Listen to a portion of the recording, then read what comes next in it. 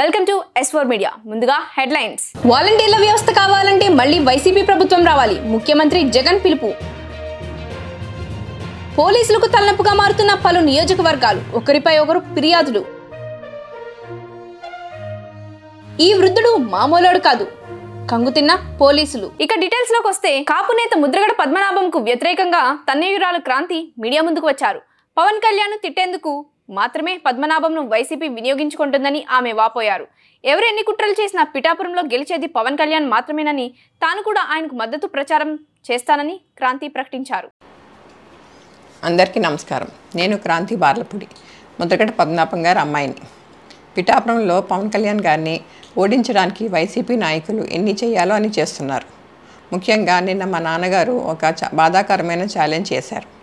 పవన్ కళ్యాణ్ గారిని ఓడించి పిఠాపురం నుండి తరిమేయకపోతే ఆయన పేరు ముద్రగడ పద్మనాభం రెడ్డిగా మార్చుకుంటారట. ఈ కాన్సెప్ట్ ఏంటో నాకు అసలు అర్థం కాలేదు. ఆయన ప్రకటన ముద్రగడ అభిమానులకు సైతం నచ్చలేదు. వంగా గీత గారిని గెలిపించడానికి కష్టపడవచ్చు, కానీ పవన్ కళ్యాణ్ గారిని మరియు ఆయన అభిమానుల్ని కించపరిచేలా కామెంట్స్ ఉండకూడదు. మా నాన్నగారిని కేవలం పవన్ కళ్యాణ్ గారిని తిట్టడం కోసమే జగన్మోహన్ రెడ్డి గారు వాడుతున్నారు. ఈ ఎన్నికల తర్వాత ఆయనను ఎటు కాకుండా వదిలేయడం పక్కా. ఈ విషయంలో నేను మా నాన్నగారిని పూర్తిగా వ్యతిరేకిస్తున్నాను. నేను పవన్ కళ్యాణ్ గారి గెలుపు కోసం నా వంతు కృషి నేను చేస్తాను.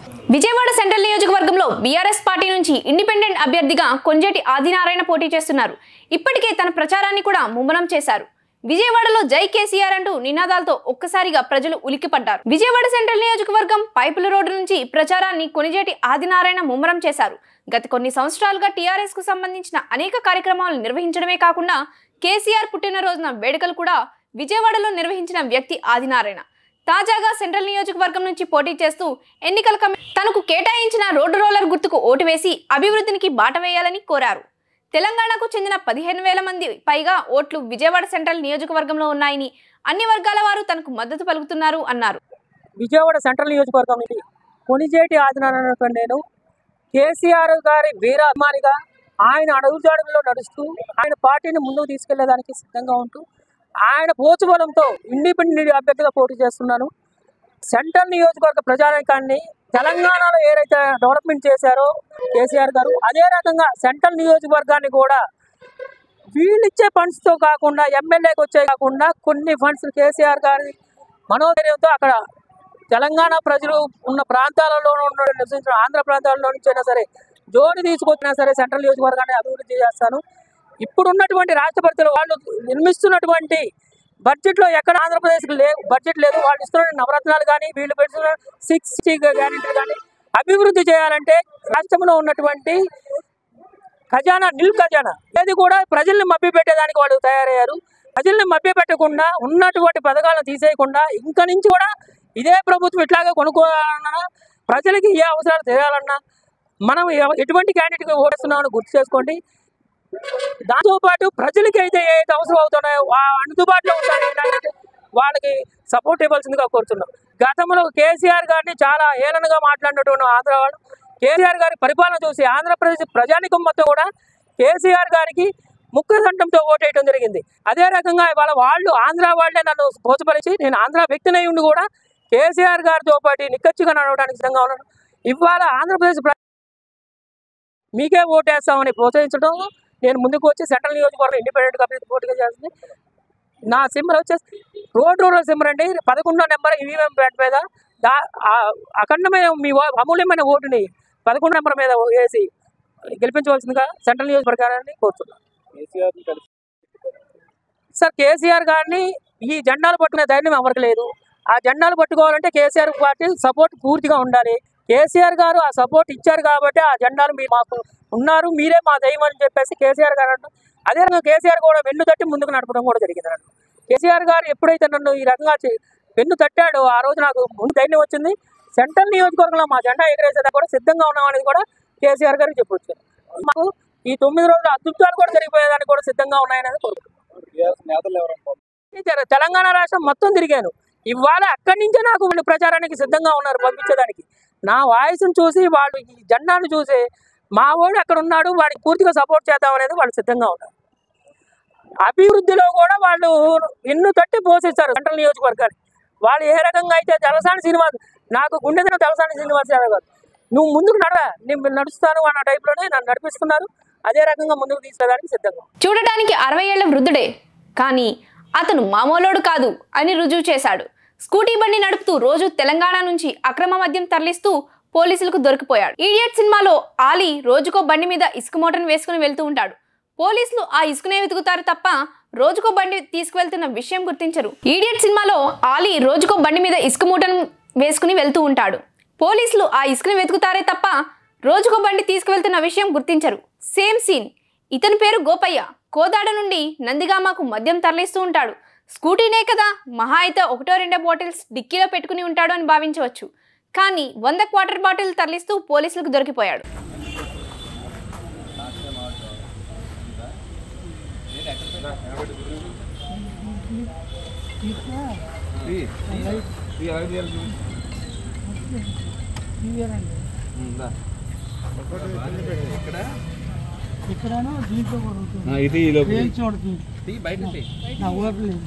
ఎలా తీయాలి?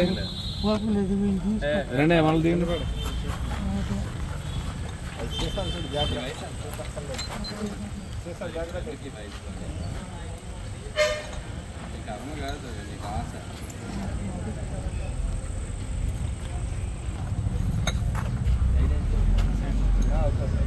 రేపన్నా ఇవైతే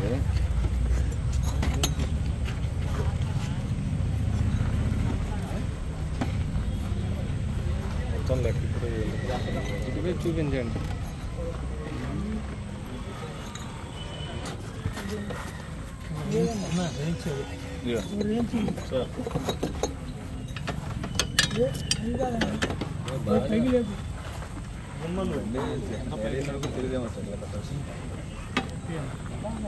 ఎస్సీలను అన్ని విధాలా మోసం చేసిన వైకాపా ప్రభుత్వం ఈ ఎన్నికల్లో బుద్ధి చెప్పాలని మాజీ మంత్రి కె జవహర్ పిలుపునిచ్చారు. కులాలు మతాలను అడ్డం పెట్టుకుని జగన్మోహన్ రెడ్డి లబ్ధి పొందాలని చూస్తున్నారని ధ్వజమెత్తారు. రాష్ట్ర వ్యాప్తంగా కూటమి అభ్యర్థులను గెలిపించాలని ఆయన కోరారు. బీసీలకు సంబంధించి 125 పథకాలు పైగా ఈ రాష్ట్రంలో రద్దయినటువంటి పరిస్థితుల్లో జగన్మోహన్ రెడ్డి మాయాజాలం నుంచి, జగన్మోహన్ రెడ్డి మాయ నుంచి మనందరం కూడా బయటికి రావాల్సినటువంటి అవసరం ఉంది. ఈ రాష్ట్రాన్ని రక్షించుకోవాల్సినటువంటి అవసరం ఉందనే ఒక ఉద్దేశం చొప్పున కృష్ణప్రసాద్ గారు వచ్చారు. వారి నాయకత్వాన్ని గుర్తించి తెలుగుదేశం పార్టీ అభ్యర్థిగా చంద్రబాబు నాయుడు గారు నిలబెట్టిన సందర్భంలో అధిష్టాన నిర్ణయం మనందరికీ శిరోధార్యం.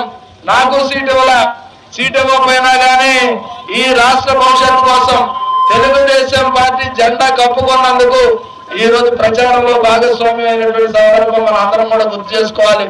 చాలా మంది అనుకుంటా ఉన్నారు జగన్మోహన్ రెడ్డి తల్లి బైబిల్ పట్టుకొని వస్తే అందరూ కూడా క్రైస్తవులు అందరూ కూడా గతంలో ఓట్లు వేశారు.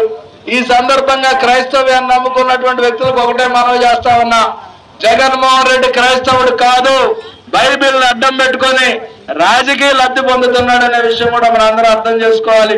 ఎందుకంటే బైబిల్లో చెప్తా ఉంది 10 ఆజ్ఞలని ఒకటి ఉంటాయి, నేను తప్ప మీకు వేరే దేవుడు ఉండకూడదు, పైన ఆకాశం అందే కానీ కింద భూమి అందే కానీ భూమి కింద ఉన్న నేల అందే కానీ ఏ విగ్రహాన్ని ఏ రూపాన్ని సాగిలపడకూడదని చెప్తా ఉంటే ఈయన స్వరూపానంద కాళ్ళు పట్టుకుంటాడు, గంగలో మనకి పిండ ప్రదానం చేస్తాడు. అలా అని చెప్పి ఇక్కడ ఉన్నటువంటి హిందువులందరూ కూడా మా హిందూ అనుకుని జగన్మోహన్ రెడ్డి అనుకుంటే అది పూర్తిగా పొరపాటు. ఎందుకు చెప్తున్నానంటే ఎప్పుడు వెంకటేశ్వర స్వామికి భార్యాభర్తలు ఇద్దరు వెళ్లి పట్టు వస్త్రాలు సమర్పించినటువంటి దాఖలాలు లేవు. అదేవిధంగా కోదండరాముడికి కూడా ఎప్పుడు పట్టు వస్త్రాలు సమర్పించినటువంటి సందర్భం లేదు. జగన్మోహన్ రెడ్డి ఒక్కడే వెళ్తాడు. ఎందుకంటే ఒక్కడే హిందూగా వెళ్ళినటువంటి సందర్భంలో ఒకటే గుర్తుపెట్టుకోండి, పిండ ప్రదానం చేయడానికి మాత్రమే మగాడు ఒక్కడే వెళ్తాడు, ఆడవాళ్ళు లేకుండా.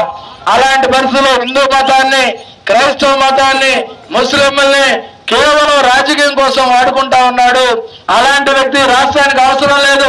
దళితులు మోసం చేశాడు, దళిత బిడ్డలను చంపి డోర్ డెలివరీ చేసినటువంటి సందర్భం మనందరం చూసాం. శిరోమండనం చేశారు. అదేవిధంగా డాక్టర్ మాస్క్ అడిగితే ఆయన పిచ్చోని చేసి చంపినటువంటి సందర్భం మనందరం చూసాం. ఇదే అవకాశం మనం, ఎందుకంటే తిరిగి కొట్టే శక్తి మనకు లేదు. కాకపోతే ఓటేసి ఓడించే శక్తి మనకుంది. ప్రజాస్వామ్యం మనకిచ్చినటువంటి శక్తిని ఉపయోగించుకొని రేపు అఖండమైన మెజార్టీ గెలిపించండి.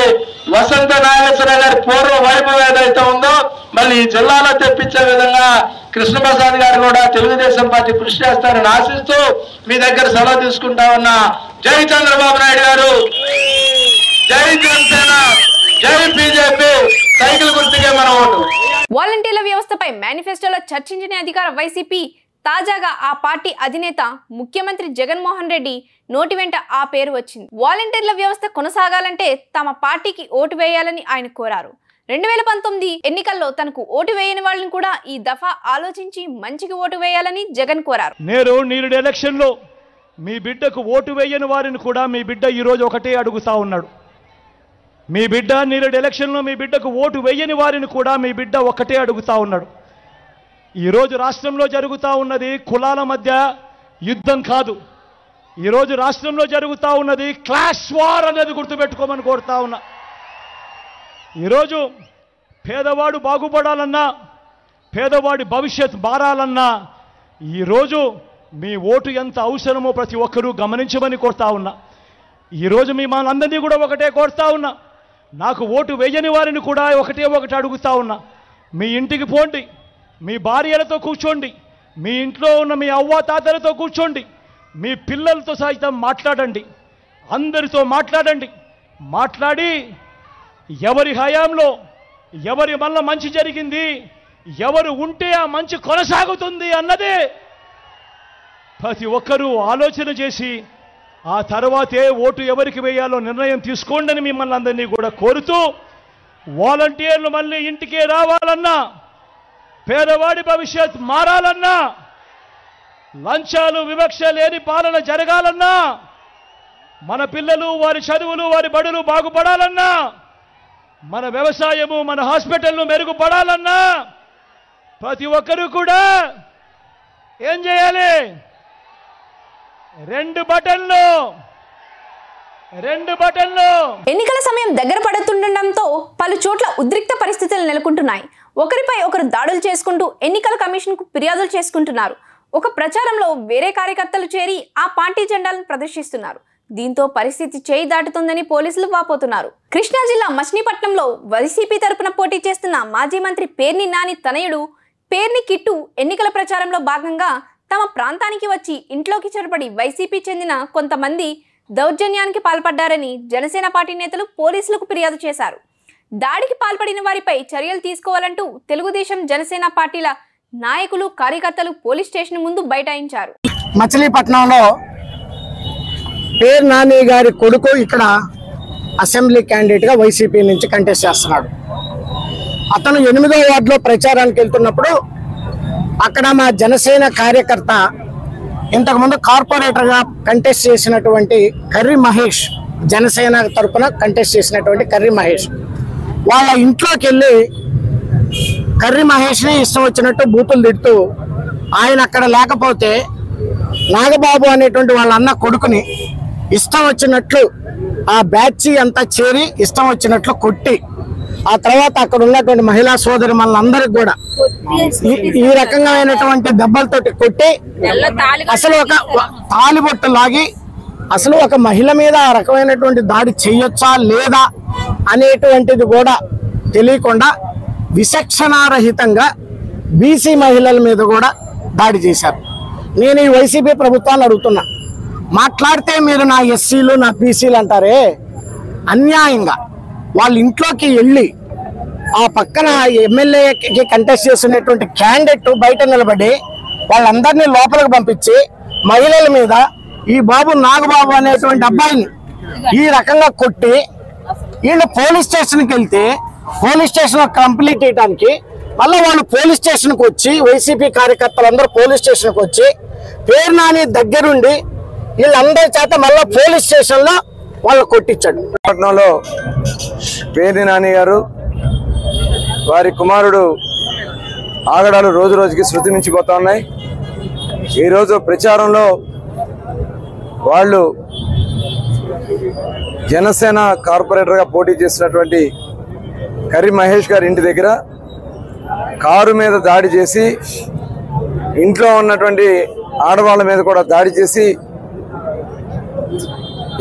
ఒక మహిళలను కూడా చూడకుండా మరి ఆవిడ మీద చెప్పుకోలేని ప్లేసుల్లో కూడా వాళ్ళు దాడి చేసి అవమానకరంగా మాట్లాడి వాళ్ళ యొక్క కులాల గురించి కూడా మాట్లాడి మీకు అవసరమా రాజకీయాలని చెప్పి దాడి చేసి ఒక కుర్రాన్ని చితకబాది చివరికి వాళ్ళు పోలీస్ స్టేషన్కి వచ్చి కంప్లైంట్ చేద్దామన్నా పోలీస్ స్టేషన్ కూడా దాడి చేయడానికి వాళ్ళు ముందుకొస్తే పారిపోయే గదిలో దాక్కున్న దౌర్భాగ్య స్థితికి వాళ్ళ పోలీస్ స్టేషన్ కూడా రక్షణ లేదు. దెందులూరు నియోజకవర్గంలో కూడా ఇటువంటి పరిస్థితి నెలకొంది. ప్రతిరోజు అధికార వైసీపీ తెలుగుదేశం పార్టీల మధ్య కుమ్ములాటలు జరుగుతూనే ఉన్నాయి. పోలీసులు ఏకపక్షంగా వ్యవహరిస్తున్నారని ఆ నియోజకవర్గం నుంచి టీడీపీ తరపున పోటీ చేసే మాజీ ఎమ్మెల్యే చింతమనేని ప్రభాకర్ ఆరోపిస్తున్నారు. రాజకీయంగా ఎదుర్కోవాలి తప్ప వారవలేక తట్టుకోలేక అల్లరి మొక్కలను పంపించి కర్రలిచ్చి భౌతికంగా దాడి చేద్దామని ప్రయత్నం చేయటం మీ చేతకాంతనానికి మీ అసమర్థతకు ఇది ఒక నిదర్శనం అని చెప్పి ఈ సందర్భంగా తెలియజేస్తా ఉన్నాం. మేము శాంతియుతంగా ఎన్నికల ప్రచారం చేసుకుంటా ఉంటే కర్రలిచ్చి దాడి చేయమని పంపటం ఇది ధర్మమా అని అడుగుతున్నాం. మీరు వాళ్ళ మాటలను కనుక ఇలా విధ్వంసం కనుక సృష్టిస్తే దానికి ఫలితాలు ఎవరు చేశారో తప్పు వాళ్ళు అనుభవించి తీరతారు. దాడి చేయడం గొప్ప కాదు. మీ దగ్గర దమ్ముంటే ప్రజాస్వామ్యతంగా ఎన్నికలు జరుగుతున్నాయి, జనాన్ని మెప్పించి గెలువు. ప్రజాక్షేత్రంలో మండమోపుతనంగా దాడులు చేయడం ఇది కరెక్ట్ కాదు.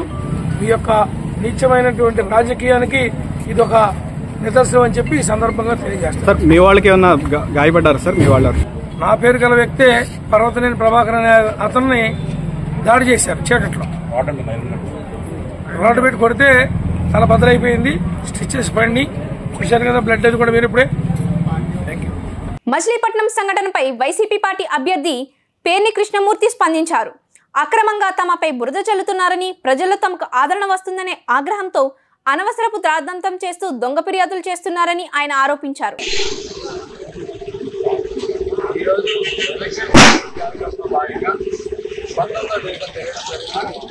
అలాగే ఎంతో ఆనందాన్ని వ్యక్తం చేస్తున్నారు. ప్రతి ఇంటికి వెళ్ళగా వాళ్ళు మీకు మద్దతుగా మేము ఉన్నామని ఇంటి నుంచి బయటకు వచ్చి వాళ్ళ మద్దతును తెలియజేయడం చాలా ఆనందంగా. తప్పకుండా జగన్మోహన్ రెడ్డి గారు ఏదైతే కులం మతం ప్రాంతం చూడకుండా రాజకీయాలను కూడా చూడకుండా పరిపాలించారు. చాలా చోట్ల తెలుగుదేశం జెండా కట్టుకునే కూడా లేడీస్ బయటకు వచ్చి చెయ్యడం చాలా ఆనందాన్ని ఇస్తుంది. కాబట్టి ఇటువంటి పరిపాలన నాకు తెలిసి ఎన్ని తరాలు చూసినా రాజకీయాలు చూడకుండా పరిపాలన జగన్మోహన్ రెడ్డి గారు తప్పితే ఎవరు చేయలేదు. ప్రజలు చాలా హర్షిస్తున్నారు. జగన్ గారు ఆందోళన చెందాలి. నాకే కాదు, రాష్ట్రంలో ఏ కేంద్రం చెప్తున్నా వాళ్ళందరికీ చెప్తున్నారు. అలాగే చాలా బాధేస్తుంది. ఈరోజు ఇంత మంచి పరిపాలన చేసినా కూడా వాళ్ళు చివరకు ఓడిపోతారని తెలుసుకుని జనాల మద్దతు లేకపోవడంతో తెచ్చుకునే జనాలు కూడా అరువు తెచ్చుకున్న జనాలతో తిరుగుతారు. చివరికి ఎంత దిగజారంటే ఎలక్షన్ ప్రచారాన్ని మేము ఎంతంటే వాళ్ళ కార్యకర్త ఇంట్లో 15 మందిని పెట్టి నిన్న జరిగిన సంఘటన అయితే ఎంత ఘోరమైందండి. ఎందుకంటే ఎలక్షన్ ప్రచారంలో ముందరికి వెళ్ళిపోతే మా కార్యకర్తలు ఎవరు కొద్దిగా చెట్టు కింద సేద తీరుతుంటే వాళ్ళలో లేడీస్ని పచ్చి బూతులు అంటే మనం వినలేని బూతులు వాళ్ళని అంటే మీదకెళ్ళి వాళ్ళ పైన చేసే పరిస్థితి. 2-3 పెద్దలు వచ్చి ఏంటయ్యా ఇలా చేయొచ్చు ఆడపిల్ల, వాళ్ళు ఏమన్నారు, ఓటు పెడితే వెళ్ళి నచ్చకపోతే వదిలేయండి, లేకపోతే వాళ్ళు వెళ్ళిపోతారు అని చెప్పారు. దానికి కింద పడేసి కొట్టారు. ఇంత నీచంగా రాజకీయాలు చేయాలా? మీరు గెలుస్తారని మీకు నమ్మకం ఉంటే ఎవరి ప్రచారానికి వెళ్తే మీకేమైంది? మీకు నచ్చకపోతే ఇంట్లోనే తాళం వేసుకుని ఉండండి. అలాంటి ప్రచారాన్ని ఆపగలరా? మాకు ఎలక్షన్ కమిషన్ ఇచ్చిన హక్కును మీరు అడ్డగించగలరా? మీరు ఏ వాటైనా వెళ్ళొచ్చు, ఏ ఇంటి ముందు నుంచైనా వెళ్ళొచ్చు. అది మున్సిపాలిటీ రోడ్లు, మీ ఇల్లు కాదు, మీ సొంత ఆస్తులు కాదు. కాబట్టి ప్రతి ఒక్కరికి తెలియజెప్పేది ఏమంటే ప్రతిపక్షాలకు కూడా ఒకటే చెప్తాను, యువత రాజకీయాల్లోకి రావాలి, యువత రాజకీయాల్లోకి రావాలన్నారు. యువత వచ్చిన దగ్గర నుంచి నాలంటే ఒక కుర్రోడికి జగన్ గారు నమ్మి సీట్ ఇచ్చిన దగ్గర నుంచి మీరు చేసే ప్రచారం ఏంటంటే నాతో తిరిగి యువత అంతా రౌడీలా? అంటే కుర్రోళ్ళు అంటే రౌడీలనా మీ ఆలోచన? ఒకటే మీకు చెప్తున్నా, ఒక్కరోడు వస్తే అతన్ని ఎదుర్కోలేక మీరు ఎన్ని ముద్రలైనాయండి. నేనేంటో ప్రజలకు తెలుసు, నేనేంటో ఇల్లు తిరిగా. నీలాగా ఈ రోజు వచ్చి జనాల ముందు తిరగట్లా. నేను ప్రతి ఇల్లు తిరిగా, ప్రతి కష్టంలోనూ ఉన్నా, హాస్పిటల్లో ఇబ్బంది వచ్చినప్పుడు ఉన్నా. వాళ్ళకి తెలుసు, ప్రజలకు తెలుసు నేనేంటో. నీలాగా దాక్కునే మంచిది నేను కాదు. ఎంత నీచ రాజకీయాలు చేస్తావో అందరికీ తెలుసు. కానీ కళ్ళారా నేను చూస్తుంటే ఎంత దిగజారుతావు ఎలక్షన్ కోసం, ఇంకా నీకు 4 ఓట్లు పడేదని చెప్తున్నాను. కాబట్టి ఒకటే నీకు తెలియజెప్తున్నా, నువ్వు ఎన్నైనా చేసుకో. నేను రౌడీ అను, గోండా అను, గంజాయి పేచాను, కానీ నేను జనాల్లోనే ఉంటా, జనాలతోనే ఉంటా, జనాలకి మంచి చేస్తానే ఉంటా. జనాల నుంచి నాకు వచ్చే ప్రేమను మాత్రం నువ్వు ఎన్నేసినా ఆపలేమని తెలియజెప్తూ వార్తలు ముగించే ముందు హెడ్లైన్స్ మరోసారి. వాలంటీర్ల వ్యవస్థ కావాలంటే మళ్ళీ వైసీపీ ప్రభుత్వం రావాలి, ముఖ్యమంత్రి జగన్ పిలుపు. పోలీసులకు తలనొప్పుగా మారుతున్న పలు నియోజకవర్గాలు, ఒకరిపై ఒకరు ఫిర్యాదులు. ఈ వృద్ధుడు మామూలోడు కాదు, కంగుతిన్న పోలీసులు. ఈ వార్తలు ఇంతటితో సమాప్తం. నమస్కారం. తిరిగి రేపటి బులెటిన్లో మళ్ళీ కలుద్దాం.